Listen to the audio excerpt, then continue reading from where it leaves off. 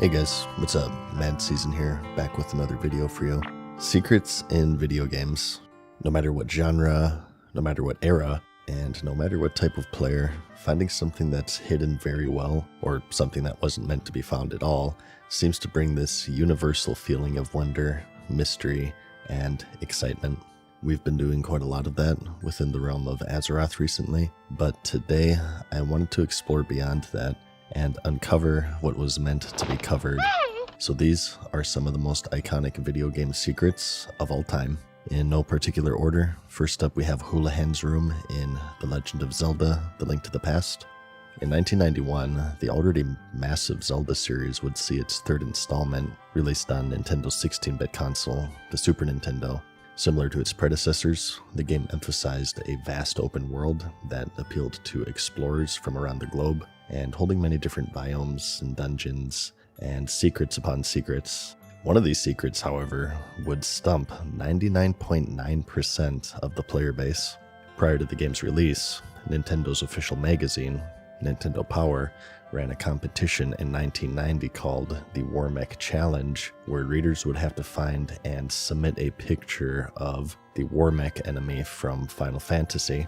As a prize, one random winner would get their name in a future Nintendo game, which ended up being Chris Houlihan in The Legend of Zelda: A Link to the Past.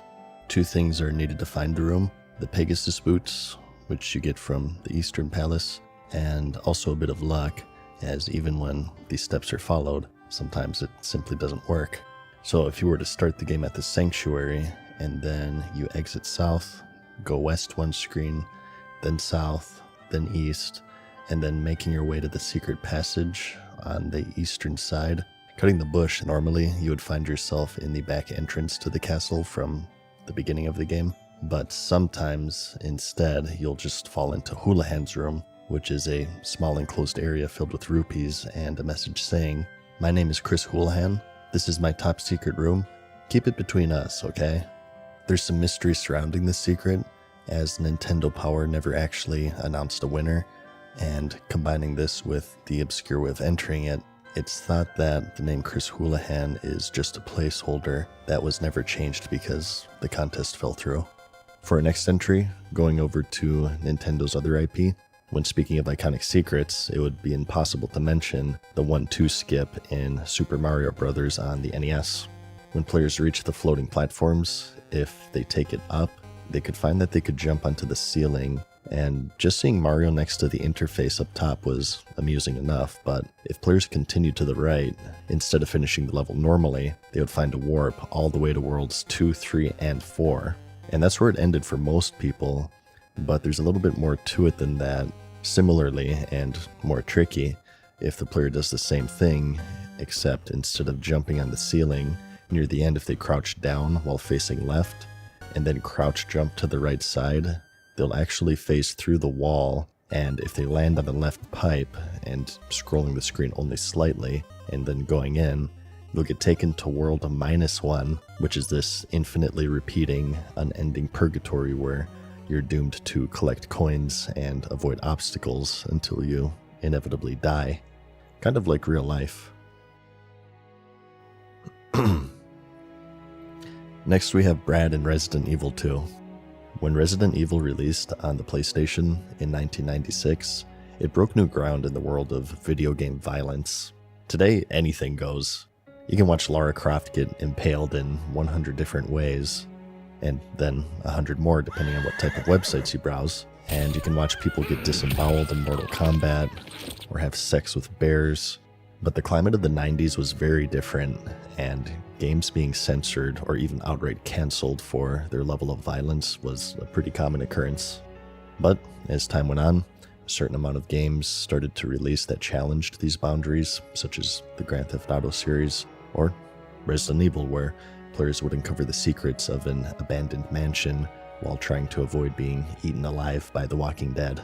And when its sequel, Resident Evil 2, came out in 1998, it came with an iconic secret. At the ending of the first game, the player is whisked away by a helicopter piloted by one of the few remaining STARS members, Brad Vickers, but he wouldn't be long for this world, and he met an untimely end at Raccoon City at the hands of Nemesis, as it turns out, in the events of Resident Evil 3. But did you know that he can be found in Resident Evil 2? To find him, the player had to make it through the prologue of the game and reach the police station without picking up a single item, which was tough, but if they were successful, in the underpass of the station, right below the entrance, players would find a zombified Brad Vickers, who also happens to be one of the tankiest zombies in the game. If the player is successful at killing him, they'll get a special key for their troubles, which they can then use on a locker in the safe room on the first floor of the West Wing for either 2 different outfits for Leon, which is Jill's old tank top, and a biker getup where he holds his pistol gangsta style. This grip was actually referenced in the remake with Leon's M19 pistol, where he holds it the same way. And as for Claire, she also gets a new biker outfit, and even a weapon. She gets the Colt 45 revolver, which is a firearm that's commonly used in old Western movies. Next, going to a more modern game, we have the Minecraft secret in Borderlands 2.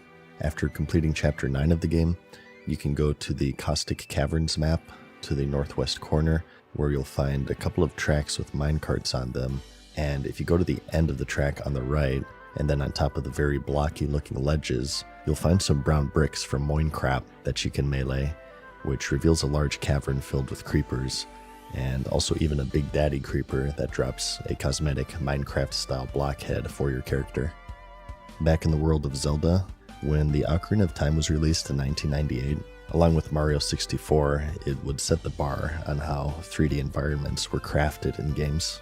Much like with its previous iterations, it had a pretty big focus on the world and exploration, and also secrets. One of the more iconic being in Zelda's castle. Near the beginning of the game, Link has to sneak past a series of guards to reach Zelda, but before talking to her, if they were to look through their window to the right entering the room, they would see a familiar face in the world of Nintendo.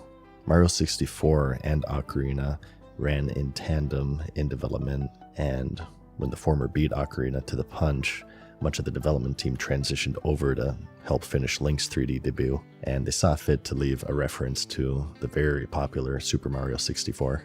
For our next entry, although Resident Evil would coin the phrase survival horror, the Silent Hill series would certainly help define it.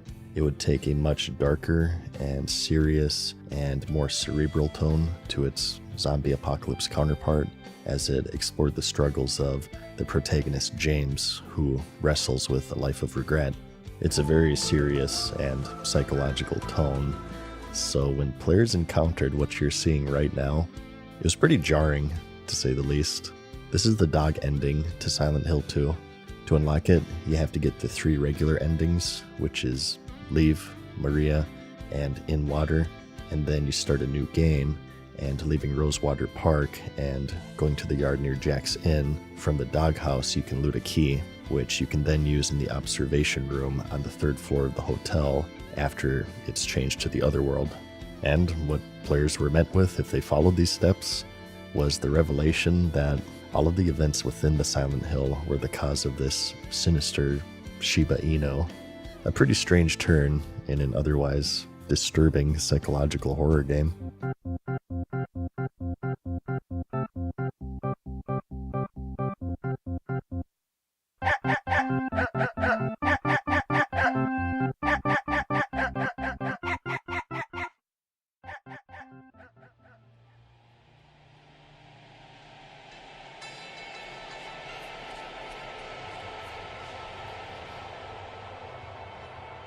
When discussing action RPGs, you'll scarcely find anybody who hasn't heard of Diablo.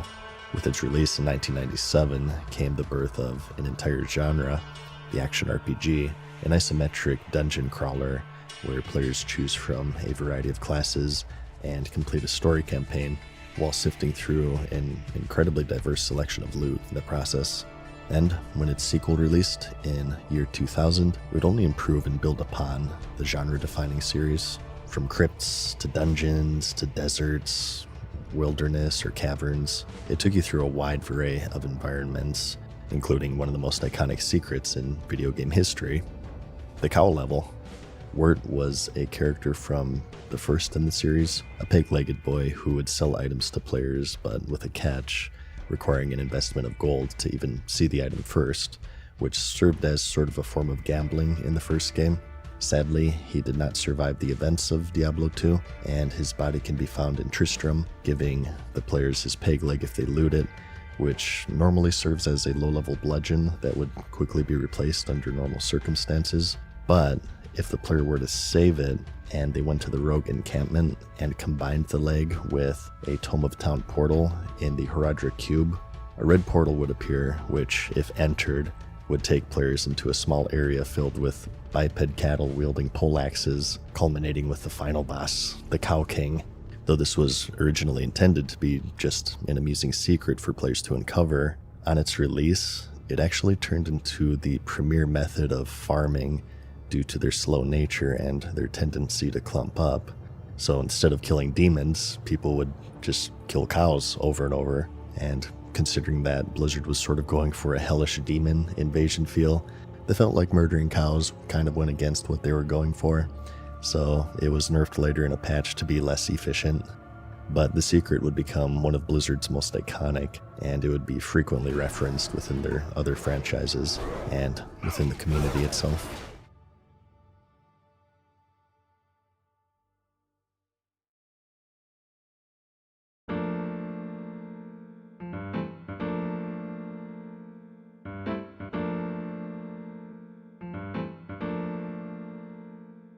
Last, but certainly not least, we have hot coffee in San Andreas.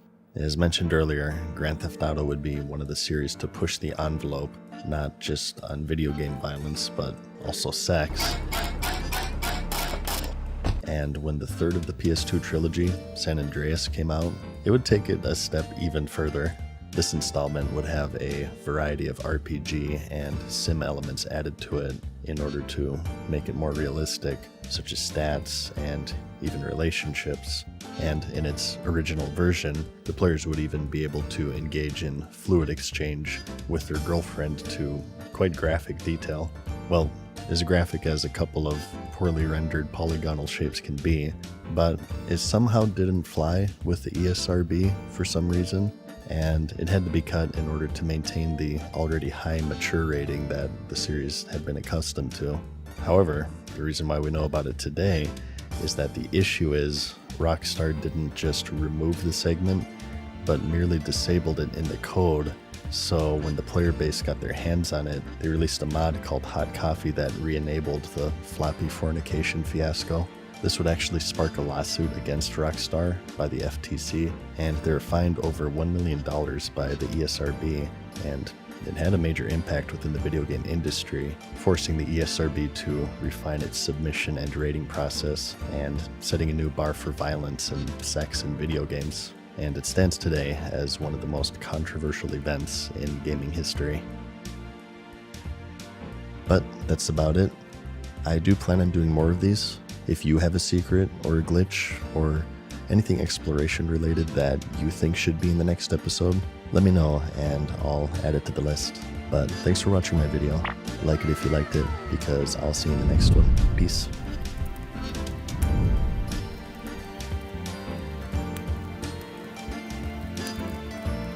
Farewell for now, mortals. We hope you enjoyed today's video. See you again soon.